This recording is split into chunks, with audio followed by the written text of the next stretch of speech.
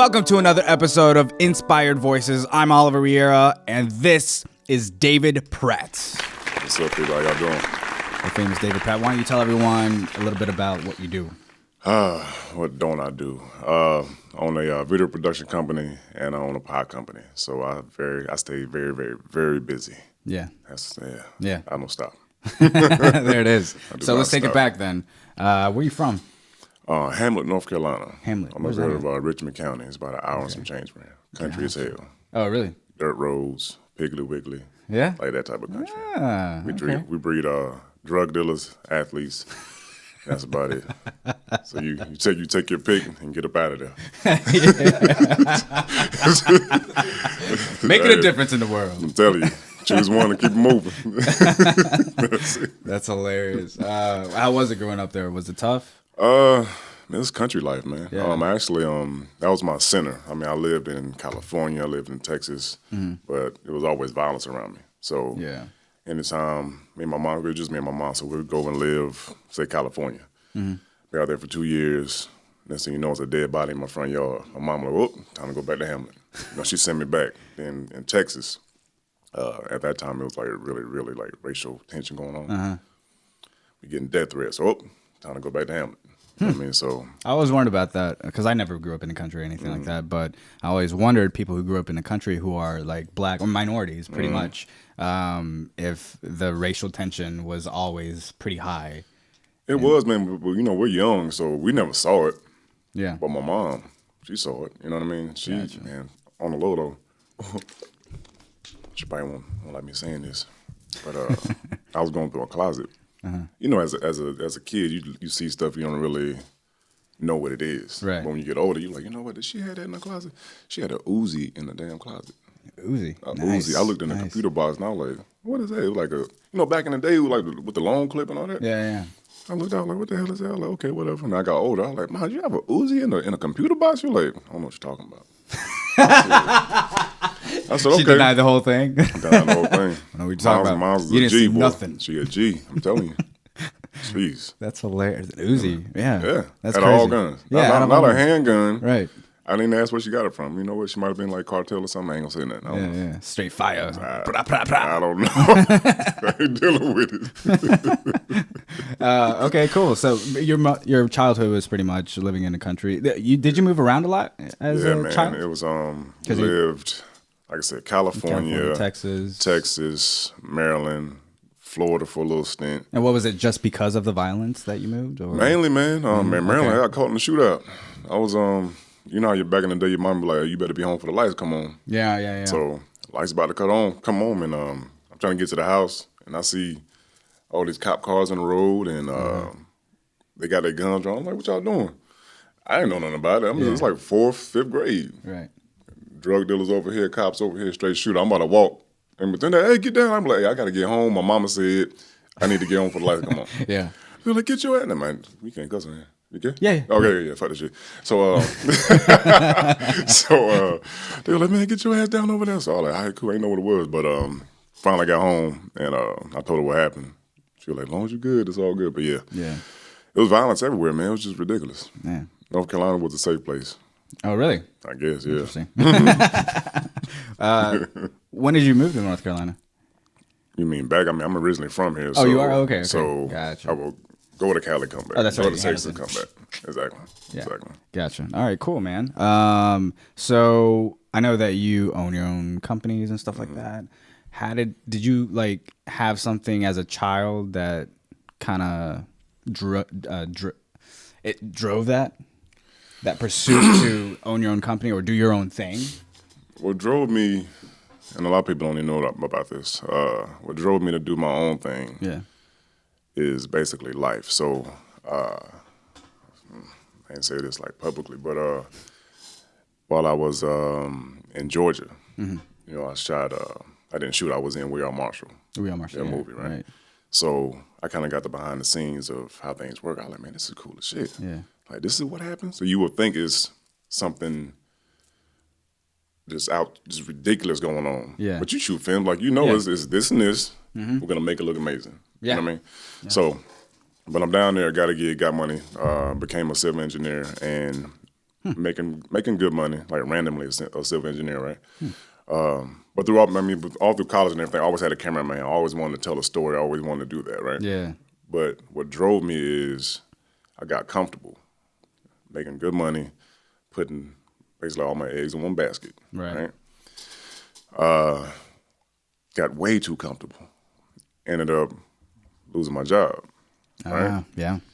That's what happens. And your your drive and your focus is on not 10 but 1,000 when you end up homeless. Yeah. So I've been there. I'm down in Atlanta, homeless in a motherfucker. Really? Right? And it's because I put all into this thing and not myself. Right. You know what I mean? And then once you lost that, you had nothing. So much. I wasn't like the normal homeless guy. Like I squatted in a house. Right. You know what I'm saying? I went there like my past was able to, help me get through this. So I went in there, cut the water on, cut the electricity on, had a transformer blow up my face because I was trying to configure like it was ridiculous, bro. Damn. So you're going through all this, and it's all because you put your all into somebody else. Like I would never again basically put my well-being in somebody else's hands. Yeah. Like you'll work your job, you get your money or whatever. Right. But when you take everything that you're doing to work for somebody else, yeah, man, listen, it's not the business. So from then on, you're like, you know what? I'm not gonna put all my all into somebody else because I actually missed out on money too. Like when I moved back to North Carolina, I was working for UPS, making good money. But when you work for UPS, like, that's all you do. Yeah. So, and they make billions of dollars. So the fact that like I had a wedding scheduled, and I was gonna make about $2,300 on it. You know what I mean? Yeah. I let them know months ahead of time, like, hey, can I take off for this wedding? You know, I'm trying to, because they know what I do. They were like, yeah, well, we'll get to it. When it comes to, let me know. Kind of, come around that time, it didn't happen. Yeah. So it's like I'm missing out on money to pay myself to help you make money. Yeah. And less money too. You know what I'm saying? Yeah. So I said, that's what's up. You know what I mean? So, I took a leap of faith, man. I prayed about it. I like, you know what? I have to do it.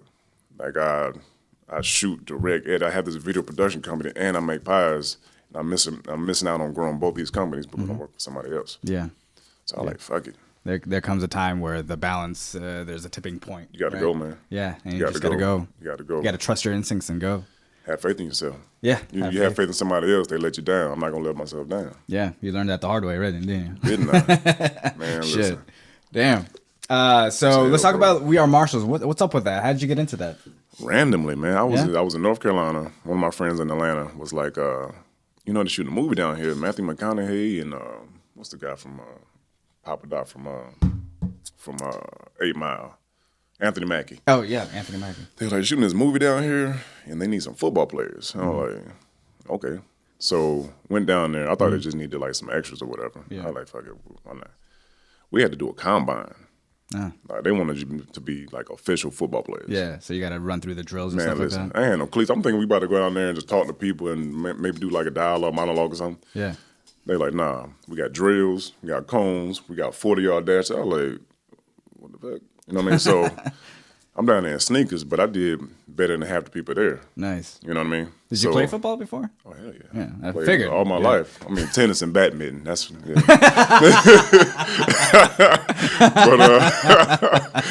But yeah, man, went down there. They loved me. But you got to imagine it was set in 1970. So my big ass, I was too big. So I ended up getting a part, but they had to kind of hide me because I played defensive end and linebacker. Yeah. But a 270-pound linebacker back then, that's not happening. So I was like offensive line and nose guard and shit like that. Right. But went down there. They called me like a month later. I was down there for like 3-4 months shooting. Yeah. And ended up staying there. That's when I became a civil engineer afterwards. And just seeing it, man, it was just amazing. Like, it's crazy, right? Like a professional, like multi-million-dollar. You see how it happens, man. Mm-hmm. The crowds. A lot of moves. The crowds are fake. Yeah. Oh yeah. Dog, it's dummies. Mm-hmm. But they're so real. Actually, went into the crowds like you got a big stadium. Mm-hmm. There's a section of dummies, and they take that and manipulate all the rest of it digitally. Yeah. But I take the dummies, I put the wig on and sat in the dummies. and people walk by and like Matthew McConaughey. I'm like, Matt, and I sit there, like, and they can't see you. Like Really? you blend in. It's crazy as hell. It's ridiculous, man. But it was so fun, man. Damn. You learn so much. Yeah. Just to see the behind the scenes, like. Now, what sparked you the most? Like, because I know you do your own things, but when you were on set, was lighting a thing for you? Like, oh, I want to do lighting or audio or directing? It was just telling the story. Just telling the story. Because Gotcha. I'm one of those guys that it's hard for me to vocally put something out there sometimes. So I have to show people. Yeah. You know what I mean? Yeah. And it's helping. Like I'm doing a lot of directing now, so it helps people see what's in my head. I have a lot of shit going on. Right? Yeah. So to see it just mold, and I'm like, because the thing is, and you see it yourself, like you see it shot, you see like, man, that look extra regular. Like what we're doing now, right? But then you see it in the movie theater, you're like, what the fuck? It didn't look like that when we shot it. Yeah. You know what I mean? And just to see, like, for instance, Matthew McConaughey, it was a scene where it was intense. It was like literally a rainbow of cameras around him on the sideline. It was all on him. So us on the field, we're like running through the motion, like, oh yeah, I blocked you, and whatever. We're not even doing the real thing. So he just running through like, oh, here we go. Oh, come on. He just going through his emotion and they're gonna take that, splice it, add it to what was shot earlier. You know what I mean? And just to see that, I'm like, that's how they do that. I said, what the hell? Yeah. You know what I mean? It cuts that time. You know what I mean? I said, actually, this is rather easy. If you have the right people and the right equipment, you can get it done. Yeah. So and if you have the right budget.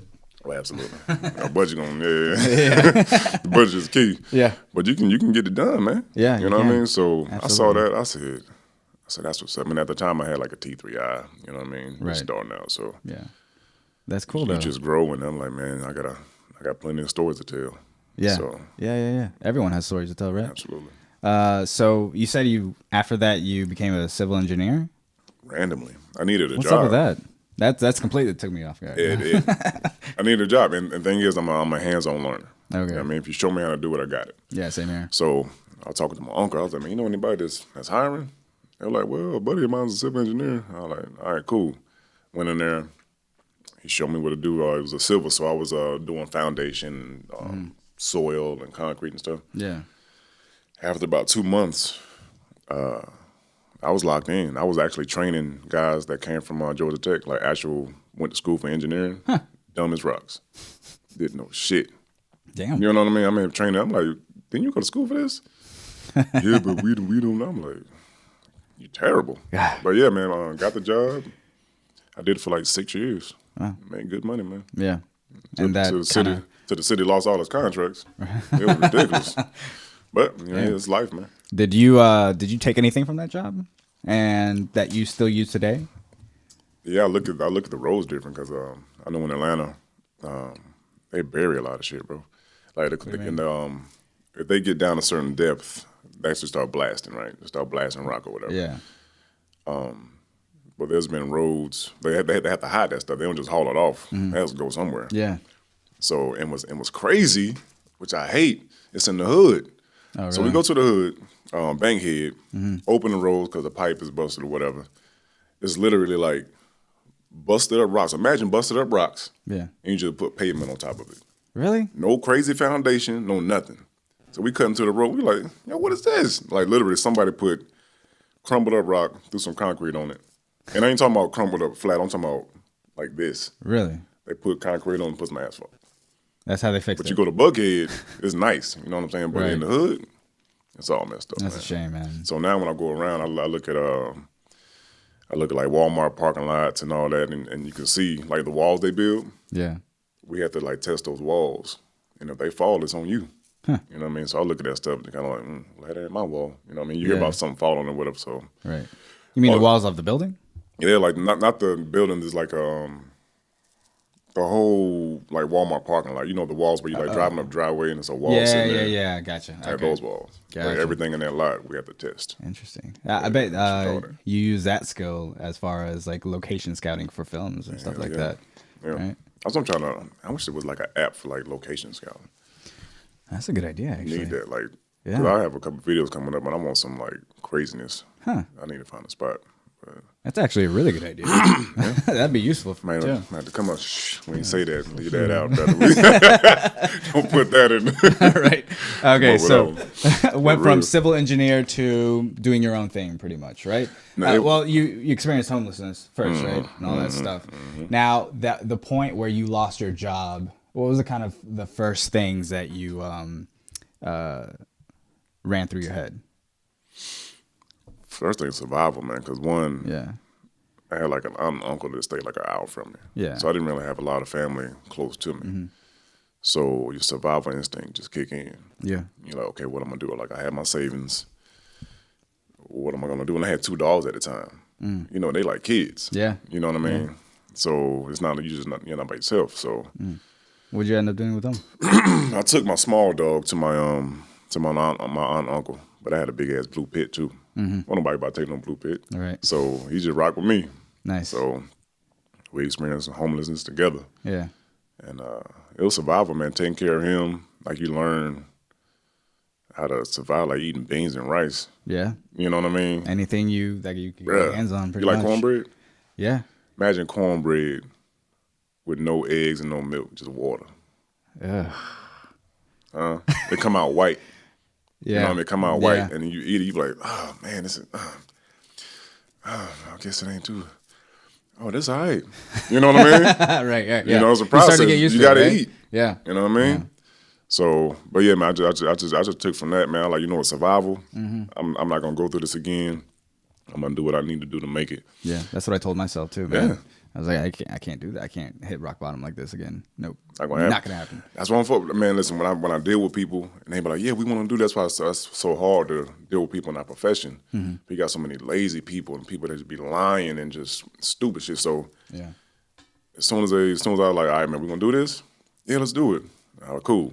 And they give me some bullshit excuse of, man, this what happened. All right, we good now. I'm done. Yeah. I'm done. Yeah. I can't do it. Yeah. That's why I'm fuck with a lot of people, man. Yeah, I don't like to spend my time convincing people that, hey, they should work with me or anything like that. It's pointless. It doesn't get you anywhere. I'm going to put it out there. This is what I do. If you with it, okay. If not, I'll holler at you. Right. I have no time because what I've been through is dealing with people and putting your time into people. I'm not doing that again. Yeah. I'm not doing it. So how did you get out of homelessness? Because I always did security. Security is everywhere. Right. So yeah, you're a big dude too. Right. Always been that big? Man, for the most part. Every time I see you, I stay in the gym. But watch out.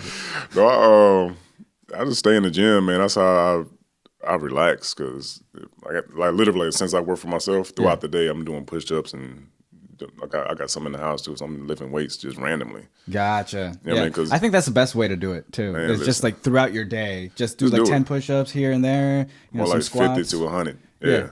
Like say editing, we'll sit at the editing table 5-6 hours. Yeah. You already know that. So to let loose, I'm like, man, forget this. Let me go get some benching real quick. I go in there I'm thinking about my next edit and what I can do, but I'm building my body at the same time. Right. Not going in another 5 hours. Right. You know what I mean? And do the same thing. But it like gives you an energy boost too. Yeah. Clear your head a little bit. So you gotta walk away from your work. Yep. Come back to it. So Yep. You gotta look at it with fresh new eyes and stuff like Absolutely. that. Take a nap, come back.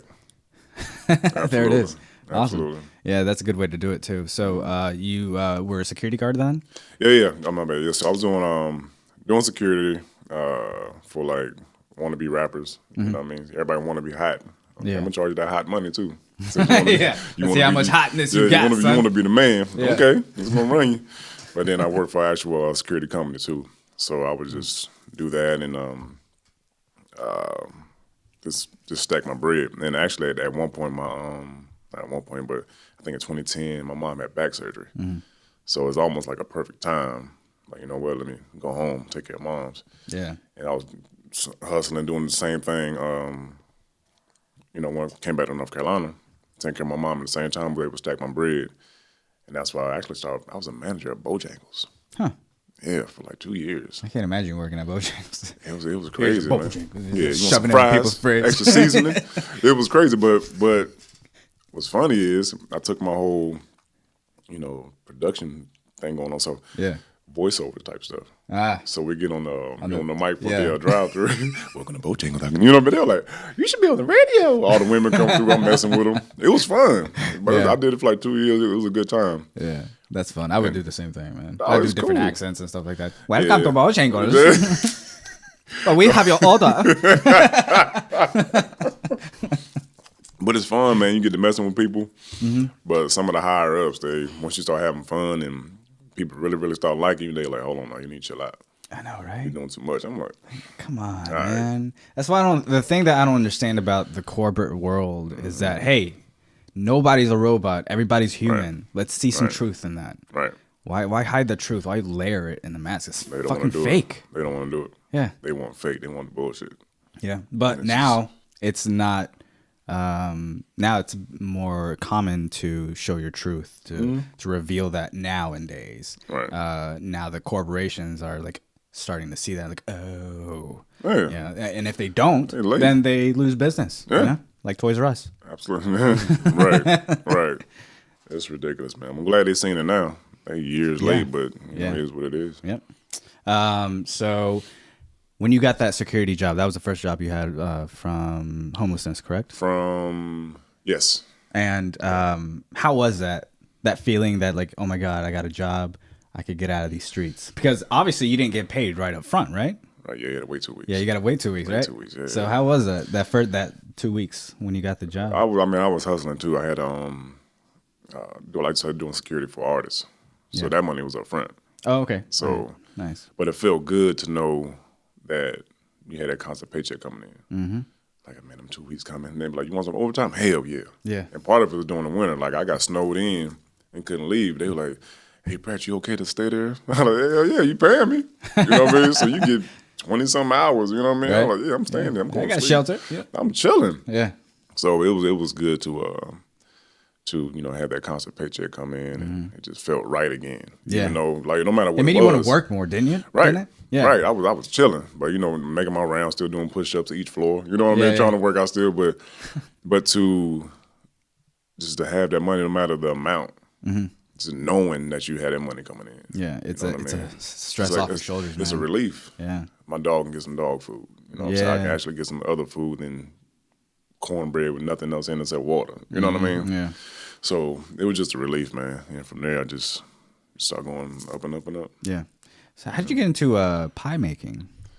Man, randomly. So if you think about it, going to a restaurant, right? Uh-huh. You got cheesecake, you got brownies with ice cream, you got apple pie, sweet potato, same stuff over and over and over. So I said, you know what? I'm gonna make something myself. I've been cooking since I was 4 years old. My mom taught me how to cook, so mainly food, but not really desserts. But if you're in the kitchen, you're in the kitchen. So I started looking up different ingredients for just pie. Like, what's the main ingredients for pie? So I saw it, altered it to make it my own, added my flavors and everything, and I came up with orange dreamsicle. So I was like, word. You know what I mean? So I tasted it, and I was like, this shit is fire. Yeah. So I just made it for myself for years. Really? My boy one day, he was like, man, what's that in the refrigerator? Where you get that pie from? I was like, it's pie I made. And he tried it. He said, yo, how much these cost? Mind you, I wasn't selling it. Yeah. But somebody said, how much these cost? And I saw his reaction. I was like, $10. Right. I just made up something. He's like, yo, give me 2 of them. I was like, word, okay. So years progressed, and I was selling one. I was like, man, I could probably do something with this, right? But then thing is, I actually chilled on it for a while. I was in school, and mad people in college now I'm mad I wasn't making it in college. Right. They're like, where was this in undergrad? But so after, I was like, you know what? I need to make me some more bread. Let me go into this pie thing. So I started pushing it and started selling it. Like, you know what? I'm going to go hard. So I made 6 flavors, like throughout the course of years or whatever. Came out with those 6 flavors, and it's been nonstop ever since. Nice. That's awesome. It's crack, brother. Yeah. It's addictive. Yeah. Have you see he over there chilling. See, you missing out right now. Shit, let's have some right now if you got some. Man, let's go. Looking forward to this, man. Come on. He over there letting the bag get soft. With your pies. Which one do you want? What do you got? What's the options? Reese's on dreamsicle. Dude, I gotta take Reese's because that's my favorite right there. telling you, bro. Damn. I'm gonna have one too, because I'm hungry as hell. Get it. Got some Reese's right here. I was looking at your website the other day. I was like, man, I gotta get some of these pies. You gotta get it, brother. So next time I see you, I'm not gonna order some pies from you. I'm trying to get the official website up. I got some people working. I want it to be right. You know what I mean? Yeah. So I'm just having people work on it now. Look at these little pies. Yo. Little tiny pies. Yeah. Girl be like, oh, it's so cute. Oh, my God. Oh my God, it's adorable. Yeah, this is good, man. Yeah, Matt, you like that? Over there. Just making noise. That's all they doing. Let's just sit here for a little bit and enjoy these snacks. Put some elevator music on. Oh, man. I hear it, man. Yeah. Exactly. Yo, how long you been making these? Shit, it's been like, it's been over there. Shit, over 10 years, man. 15. I used to make it for myself, but making it for the public, Yeah. about 2 years. 2 years? Okay. So what's the next step with these, man? Are you you just trying to just build it up still? And I've been talking to different investors. Yeah. I want to get a food truck or a trailer. that'd be good. Because I don't need a lot of space, you know what I mean? Yeah. And I can just travel, hit different events, different fairs. I'm working on getting to the fair. Me and my boy James, he does food, Corner Boys Barbecue, and his food is amazing. Yeah. So it need to be like a one-stop shop at the fair. 'Cause, they got the fair, it's like so much of the same stuff. So we need more food and different dessert. And I mean, we're going to tackle this thing together and get it popping. Yeah. So if I can get in there, you know what time it is. Because they don't have that at the fair. No, dude. Yeah, Especially a food truck, you could go downtown to any festival, and just I'm trying boom. to- man, Nobody's listen. doing that. I'm trying to get it, man. Yeah. 'Cause nobody has this. And at fairs, they have funnel cakes, candy apples, fried crap. Cotton candy. Yeah, same stuff. Same shit That's everyone not there. does. No. And I have those in push pops. I got them in jars and, of course, full pies as well. Yeah. So I'm going to go out there with my push pops all day. Here. Bam, bam, bam. Push the pop, push the pop, push the pop. There it is. That's it. Dude, All you're day gonna be long. booming once you get that food truck going. I'm going. Especially. Yeah, you're gonna have lines, bro. You can go on Shark Tank. Yeah. You should go on Shark Tank. Yeah. That's a good idea. Everybody, the first prop I got this idea was these little girls at the flea market. I go to the flea market and sell them. Yeah. They eat them. It was like 3 little girls separately. Like, you should be on Shark Tank. I'm like, you know what? Oh my God. You know what I'm saying? Like, The 6-year-old is correct. Exactly. You telling me something right now. Yeah. And at the time, the first time somebody said it, I was like, Shark Tank. Like, I heard about it, but I never watched it. So I started looking it up. I was like, I need to get on Shark Tank. Yeah. Because they out here getting it. I watch it all the time just for marketing and business advice, Yes. Like, how do they do certain things? Yeah. And the way they taste. Like, he over here moaning. You know what I'm saying? I don't like to have stop a grown man moaning like that. He over there running. You fucking that pie, boy? What the hell they doing over there? Got some pie dripping like right here, Mind your business. But yeah, man, it's just that's why I always film the reactions, man. Because when you see it, because people look at me, the first thing like, you do what? Pies? Yeah. They see a What big you guy like you, and You don't they're make no like, pies. You Man, mean you wear an taste it. apron or anything? Man, when I make them. Yeah. When I make them, because I have 2 big ass bowls of just mixing. Right. It's just fine, man. I'm going. It's a process. Did you customize your apron?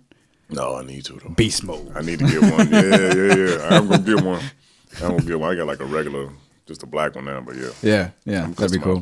customizing one. Yeah. All right, cool, man. So love the pies. I think this thing could blow up for sure, no doubt. So as far as the filmmaking thing goes, right? When did you start actually filming, or have you Like always been serious? filming? Yeah, seriously. Seriously, it's been about 5 years. Okay. But I was the guy in college that walked around with Yeah, always look the at camera. cam. You know what I mean? Hey, Well, what's up? Hey, do something for the cam. Come on, Alan. Turn around. Hey, you see that shit? You know what I mean? Yeah. So I was that guy. Yeah. And it was just to go back and just watch it. I'm like, man, this is ridiculous. And just think back then, if we would have put stuff together and put it out, Yeah. how viral that stuff was, man. Because I had some crazy. I went to Bike Week with my camera. Man, listen, I got a whole bunch of. I just stick my arm in cars and be like, "Oh, get it on! I don't know what's going on." You still have them? You still have all those tapes? I still got them. Yeah. I have the actual tapes. Nice. But the camcorder doesn't work anymore. So I need to be able to get those onto like a DVD or something. Yeah. You should find out something. Yeah, there's companies out there that do that for you. I've done that before. I need to do it. Yeah. But yeah, I've been like I said, I've been doing it 5-6 years now professionally. Mm-hmm. And what made you want to do it seriously? Like, was it the whole just drive and like not wanting to work for anyone else kind of thing? It's that, but it's a passion of mine, man. Because I literally have dreams of like a monologue or a dialogue of. It's just weird, but anyway, you know what I mean, right? You know what I mean. Yeah. I have dreams about this stuff, and you wake up and you want to like write it down, like, yeah, shit, what was I doing? Trying to catch it all, and just telling that story and just getting your thoughts out there. And what really drives me with my clients is they have the same thing in their head, but they don't know how to bring it out. Right. You know what I mean? And so you're there for them. When I take your imagination and your dream and make it reality, to see that on the screen. Man, people go crazy, man. Yeah. Especially like when they didn't expect it to be so good, like better than expected. Right. Pretty much because their expectations, like if they're not a filmmaker at all, they don't know that much. You bring somebody to the tears when they're watching that, they're like, oh my God, and they hug you. I'm like, shit, okay, yeah. And it's amazing. It's such a great feeling. It's the first amazing, video, the first film that I did that was paid. And for me, I just gave, it's my friend of mine, so I just pay for my gas. It was in Charlotte or something. Right.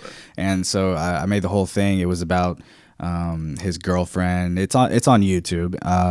It's called Henry and Shannon or something like that. I don't know. But when I made the film, it was about her. It was about her birthday, about them together, romantic and all that stuff. And they were doing a photo shoot. So I just went in there and filmed the day, kind of like documented it. It was actually them. It was actually them, okay. And they were doing headshots and stuff like that. So I filmed the whole day, and I turned it into this story, kind of love story about them. And I did not expect it to be the way it came out. I mean, she sent me a video. Oh my God, I love it so much. All my friends were in tears and stuff. I was like, what? Really? And all that. Yeah. Listen, tearjerkers, bro. I love that stuff. It's a panty dropper, bro. Man, listen, I want to talk about those videos. Go there, but yeah, that feeling that you get when clients say that about your work, it's amazing. It's a great thing to hear. People take it for granted, man. People do not understand what we do. Right. I'm actually gonna make a video, like a little vlog about that, but they don't understand it, man. They want the cinematic everything, but want to pay like $8 for your stuff. You know what I mean? Yeah. Like I hate that, but they don't understand all the hard work. We deal with a lot of electronics malfunctions. Yeah, you know what I mean, you get to your computer, all of a sudden the sound's messed up. Right, dude. You know what I mean? Yeah, and you know this as a filmmaker. There's going to be so many obstacles that get in your way. God. No filmmaker has ever said, I got 100% of the shots that I want. No, never. It may be like 60 at most, maybe.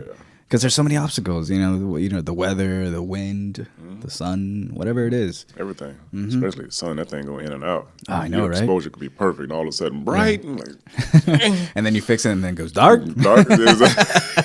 Exactly. But people don't say that, man, just shoot it, let's go. I'm like, I don't understand. Yeah, exactly. I don't understand. Yeah. So what was the first camera that you bought when you did it seriously? Because you had a camera already, right? You had My first was like $100. Actually said YouTube on the front from Walmart, a little skinny joint. You come on. I think you probably seen them. Yeah. Was it like a PowerShot camera? Yeah, it's like a little thin, light blue. Yeah. Little joint. You turn it on, like, the lens come out a little bit. That's PowerShot. Yeah.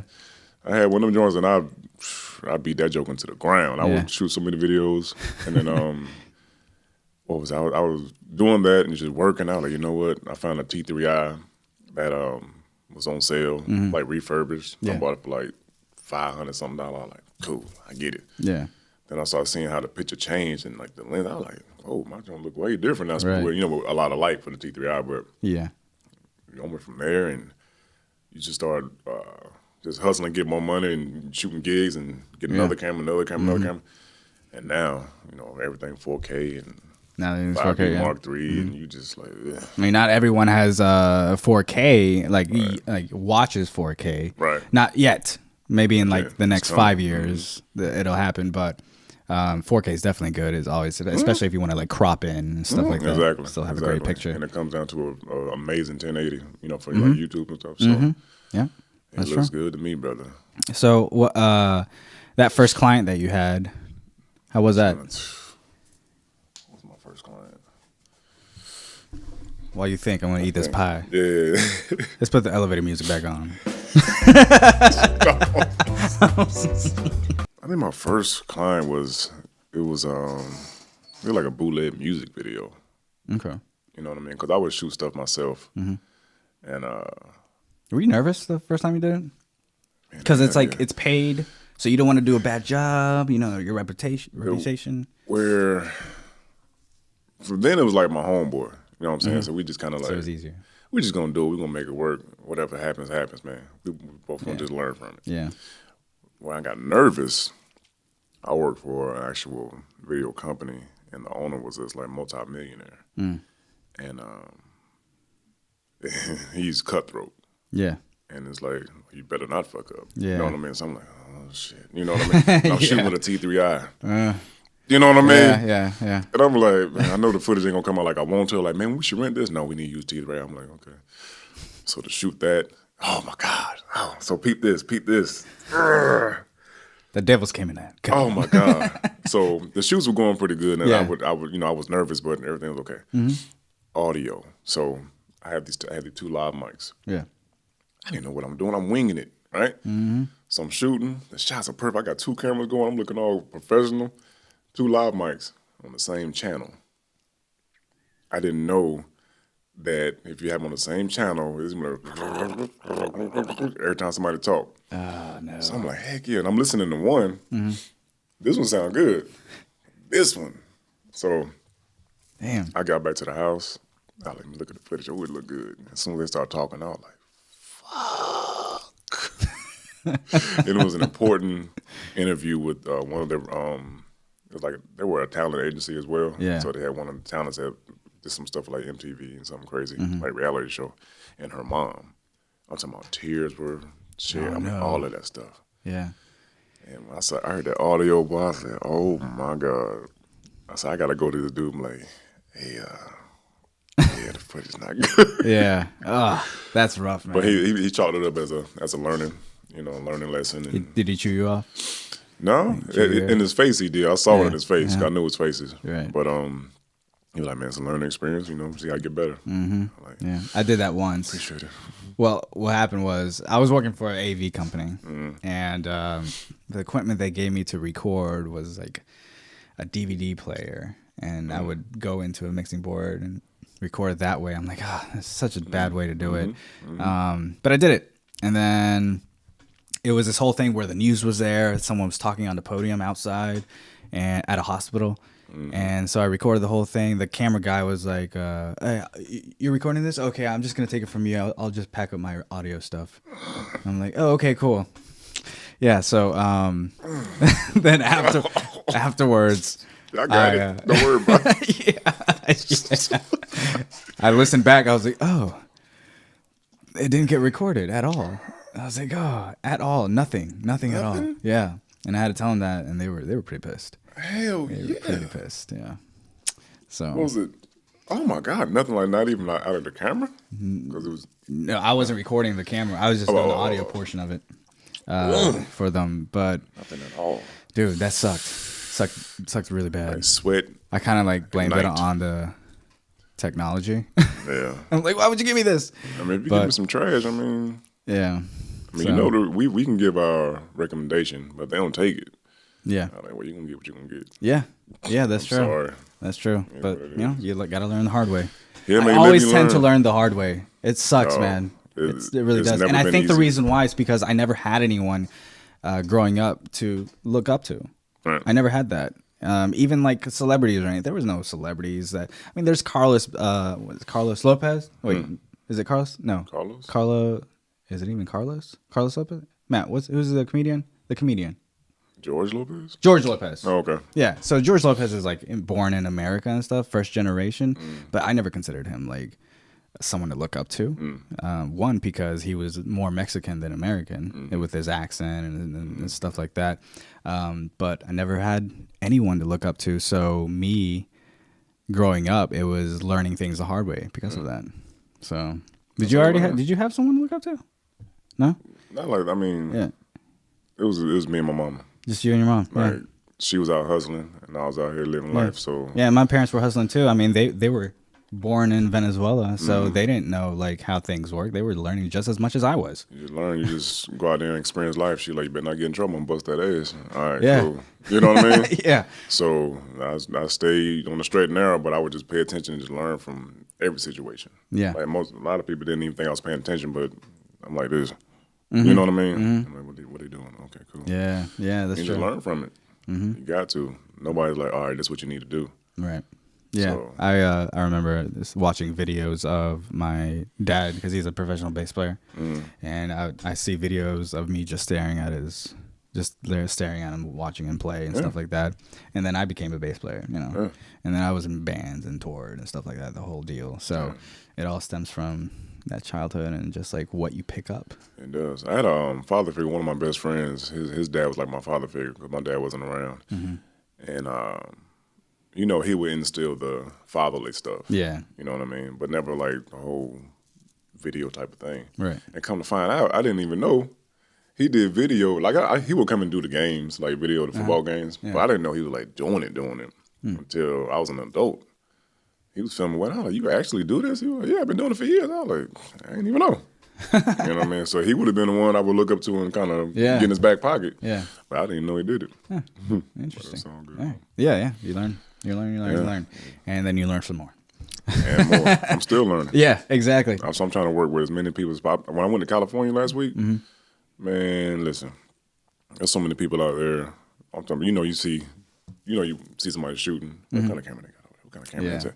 Yeah. So somebody had this big old joint. It wasn't a red camera, but it was like that magnitude. And we was at a skate park, so I was shooting. I was like, get on close to y'all, see what y'all talking about over here. They're like, yeah, I had a view that was 30 million views. I was like, oh, 30 million, huh? Okay. My car's in my back pocket. Right. Let me just drop it over What's here. up, man? Y'all in North Carolina? You know what I mean? We go to Talker and get to rap and start getting to know them, but I'm just passing out cars and just getting to know people, man. That's trying to, anybody that's doing it bigger than me or even the same, like, let's collab, let's do something. Because a lot of people are so dolo, which I am, but I want to collab with people who are driven just as much as you are, right? Thank you. That's why I'm dolo. Yeah. Because a lot of people, they lazy. So if you're doing it, man, let me get in there and work with you. Yeah. And people who actually learn too, because like, for example, like the acting community, right? You got the professional actors that are actually in the industry working on TV and film and stuff like that. But then you have the community actors, right? Where they have like networking days, and which is fine. Do you if it makes you happy. But as far as myself, I'm always wanting to grow. I'm always wanting to learn from my experiences and from my last projects that I did. Right. So I don't want to go to a networking for filmmakers when I feel like everyone there is not growing for themselves. It's almost like I'm wasting my time if I do that. Yeah. Like, why am I here? Yeah, exactly. Yeah. So I don't find that appealing at all. I think if you go to a networking event and it's nothing but filmmakers, there's no reason why all of y'all shouldn't get together and put out a big ass project. Right. Like, say you have your equipment. I have my equipment. One of my other guys, he went to film school. He went to Full Sail. He has his equipment. Same here. Yeah, you know what I'm saying? Yeah. So why can't we just all come together and put out some fight? We could then make a movie. Yeah. You know what I mean? Hold hands, make a movie. Sing and shit. You know what I'm saying? Kumbaya. Yeah. Yeah, exactly. Kuna Matata, motherfucker. Exactly. So, like, why can't we do that? People are like, oh, okay, you do that? Okay, cool. And then you leave. Yeah. Like, what the? Yeah. I find that North Carolina, there's so much talent in North Carolina, but nobody's collaborating, which it's sad. It's sad, man. I don't understand it. I don't understand it. Like, there's so many people, like, I do video shoots, and I would see different directors or filmmakers. I like, man, what y'all doing, man? What's going on? They kind of like, we doing stuff. Yeah. Like, I don't want to take your clients. You know what I mean? Mm-hmm. There was one director I met at a music video. He was cool, but he just stayed busy as hell. But the majority, ain't nobody trying to rock with you. I'm like, man, y'all wilding. I know. Y'all wilding out here. We could really put something out, but y'all want to be for self. Yeah, and I think it partly has to do with them thinking short term and not long term. Yeah. They only see the little picture. And if you think about it, man, it's all these, like, you can go California or, like, say like Tyler Perry Studios or whatever. He ended up doing it by himself. No. There's so many people, they come together. Yeah. Just like think about all the movies. Like Adam Sandler have all of his people. Yeah. His same crew in every movie. Right. The dude that did a 40-year-old version. Oh no, not that one. What's the, Something About Mary? That's something. No, not that. What's the one to do with the curly hair? Fat guy. You know what I'm talking about too. Say like Pineapple Express. Okay. Them dudes. Seth Rogen. Exactly. Okay, gotcha. All of them. Yeah. His crew. They do always smiling all the time. The other guy. Yeah. It's the same crew. It is. You know what I'm saying? They just put out movie. Same crew. They getting their money. We all gonna put our money together. Yeah. Get more money. And they could all do it themselves, but they choose to do it together because that's when the magic happens. It's like we're a clique. It's like 5 or 6 of us. We about to rock. Yeah. We gonna all our stuff together. Put this content out. We getting this money. Take this. Go do another one. We all eating. Eating, but everybody for self, man. Yeah. And we just come together and do it. There's a lot of selfish people. Come on, man. It's so much. Like, I seen one of the jokes on YouTube. It was him and his funny ass. You know what I'm saying? Like, the fact y'all come together and y'all doing the silly shit. I'm like, that's what I'm talking about. Yeah. You know what I mean? You got comedians and like, that's it. Comedians are writers. You know what I mean? He probably write some craziness. Yeah. You know what I mean? Yeah. We come and shoot it. Stuff. Yeah. That's it. That's all it takes, right? But, I think it's also... they're just going to fail. Yeah. In the long term, they're going to fail if they keep doing something like that. It is what it is. Ain't got nothing to do with me. That's all right. You going to fail. All right, I'll holler at you. Yeah. Exactly. Do you, boo-boo. It is what it is. Deal with it. Very cool, man. So you got your filmmaking, you got your pie business. Yeah, man. Like, you're doing a lot, right? What are your hours like every day? On a general sense. They vary so much, but like 14, 17-hour days, easily. Yeah, same. I may take like an hour and a half nap, recharge. Like I work from like probably like 5:30 in the morning, 6 o'clock to like 7 in the evening. Yeah. Right. Yeah. I may sit back, eat something, play little games, pass out, wake up at midnight, back at it again until 8 o'clock in the morning. Yeah. You know what I mean? And then from 8 to whatever. It just varies, man. It depends on if I have anything scheduled or if I just have anything to actually do. Right. You know what I mean? Or shoot something. But it just varies. It's a ton of hours. Yep. Ton of hours, man. Do you ever find yourself being overwhelmed? It doesn't seem like you do. And the reason why is because you love what you do. Right. And so it's just scheduling, man. I got chalkboards in my house. I'm just writing stuff down. Like, okay, let me get this. That's gone. Yeah. Write this down. This is gone. I just knock it out, one by one. And that's what it is. I mean, it's like being home. It's like, you know what? I gotta come and focus and break everything down. That's what I need to do. That's what I need to do to get through it. Yeah. So if you got a full list, I done knocked out 3. Okay, cool. Yeah. I got like 7 more things. Whoop, 6 more, 5 more. Yeah. And by that time, you're done. Exactly. Yeah, that's one reason why you don't probably get overwhelmed is because you're looking at the little things, the next steps, right? Instead of the whole picture, right. Which that could be overwhelming. That's crazy if you look at it. If you look at it, I got all this to do. Like shit. Yeah. Like coming up next week, I got tons of videos to shoot for homecoming. Right. Central homecoming. Right. So I'm booked like crazy. But I just knock it down day after day. Yeah. You know what I mean? It's literally every day. Yep. You know what I mean? So yeah. When people ask me what I do. And then I list everything. I'm like, well, how the fuck do I get this done? But I actually do get them all done. But to you, it's your scheduling. Yeah. And some people that don't do what we do, it's really overwhelming. They look at it and like, man, I can't do that. They look at it as this. But we look at it. Yeah. knock it out, and it's it. Yeah, and then it's just a matter of like, learning how to use your time wisely. Absolutely. And the quality of it. So the good thing about me, and the good thing that my dad instilled in me, is the work ethic. He, I've seen him play bass every single day for my whole childhood. Never taken a day off. Only maybe like 2 or 3 times out of my whole childhood, he took a day off of practicing his bass. So I get my work ethic from him working all the time. And so I took that into whatever I'm doing, and now it just comes naturally. It's natural. Yep, I was about to say that. It's natural to you. Yeah, it does. And when I mentioned that to someone else, that all the things that I do, it's almost like I discouraged them. You know what I mean? They won't do it. It's too much. Yeah. They're like, oh my God. But that also shows me that I'm in the right place, because the fact that I'm not getting overwhelmed, and I'm not like, nothing's holding me back from what I'm doing. And them seeing them react that way, it's just like makes me feel good about what I'm doing. Yeah. You gotta love it, man. Like there's been so many times where I post a video on Facebook about my pies. And then also,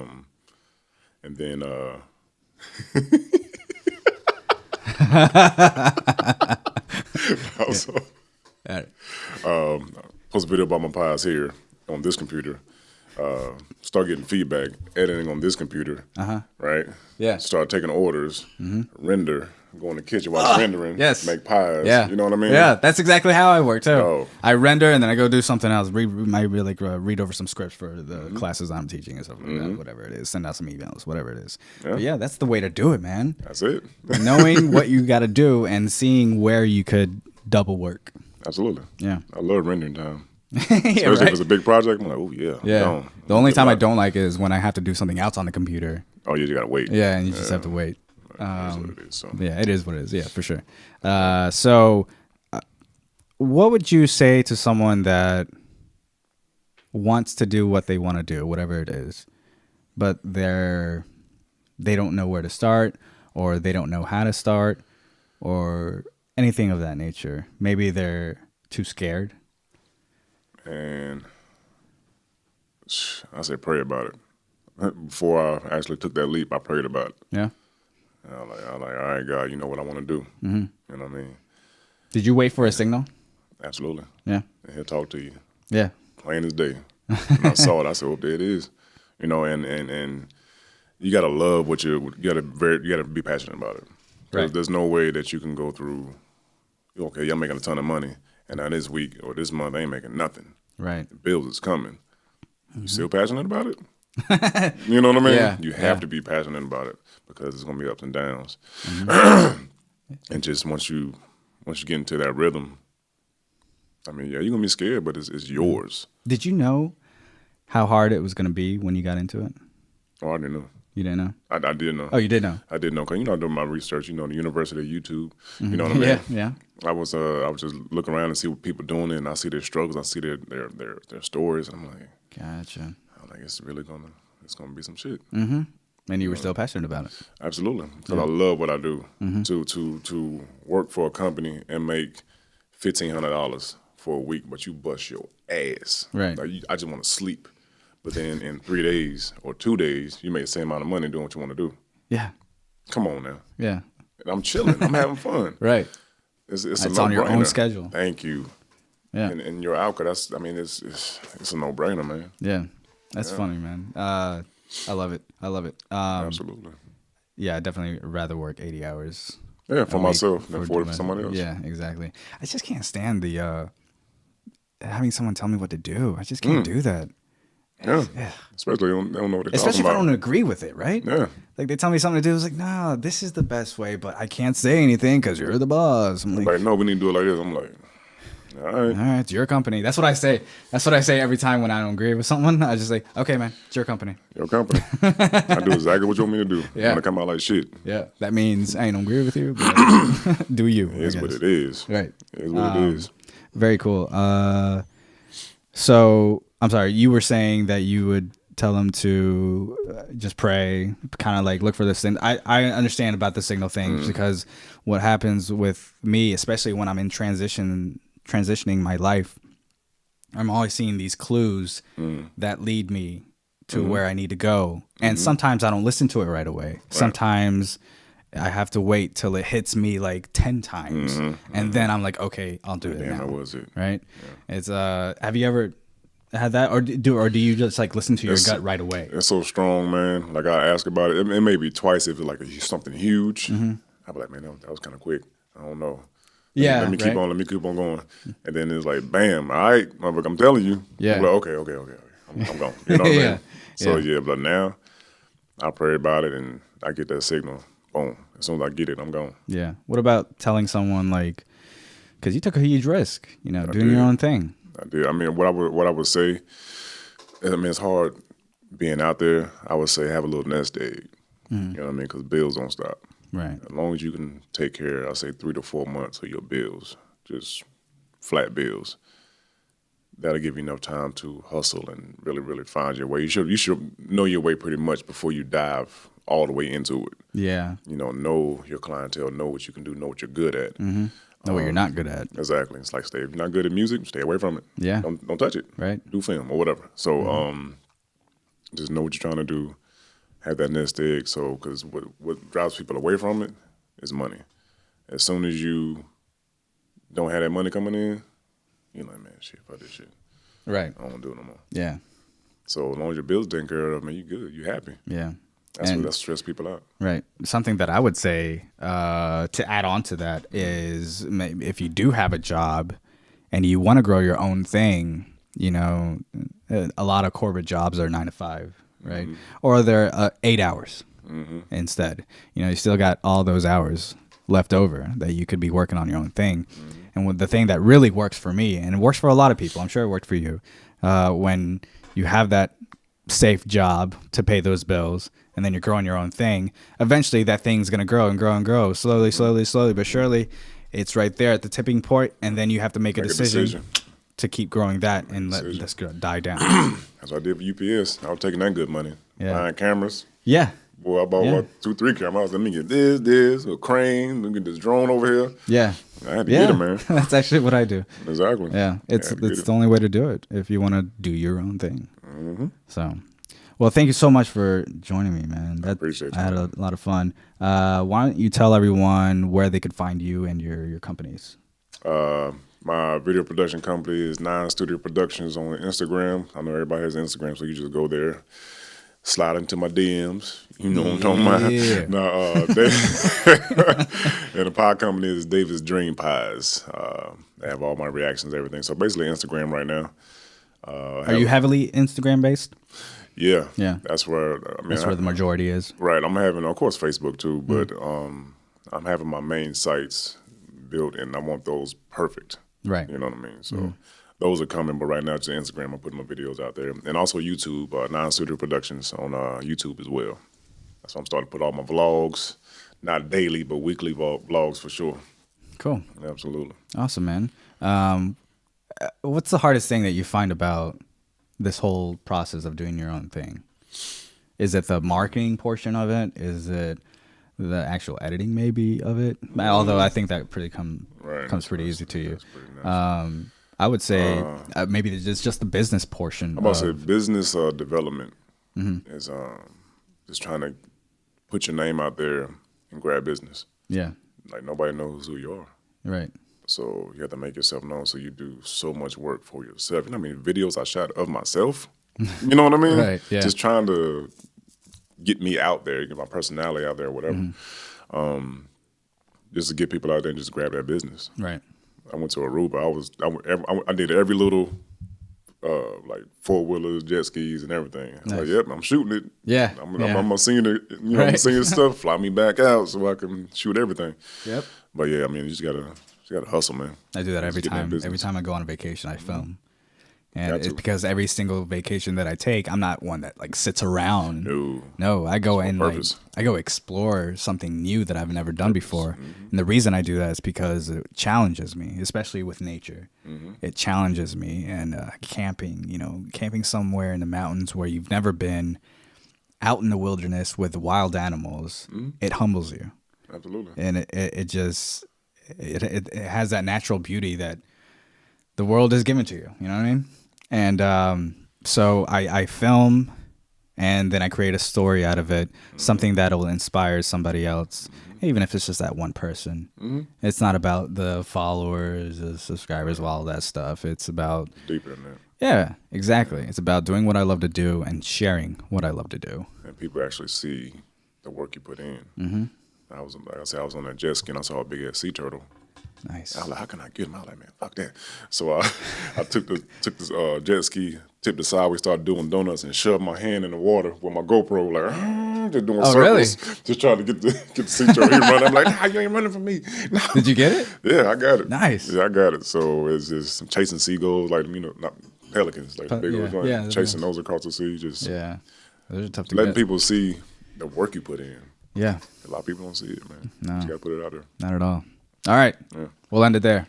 There it is. Peace. Holla at you. All right, man. Thank you so much. Yeah, man. I'm going to eat this pie. Oh, you got to try the orange one, too. You still got your stick over there? Go on, get your stick, boy.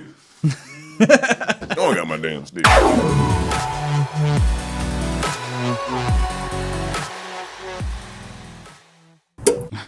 You know what I mean? Bruh. No. Actually, I use a lot of fat-free stuff in it.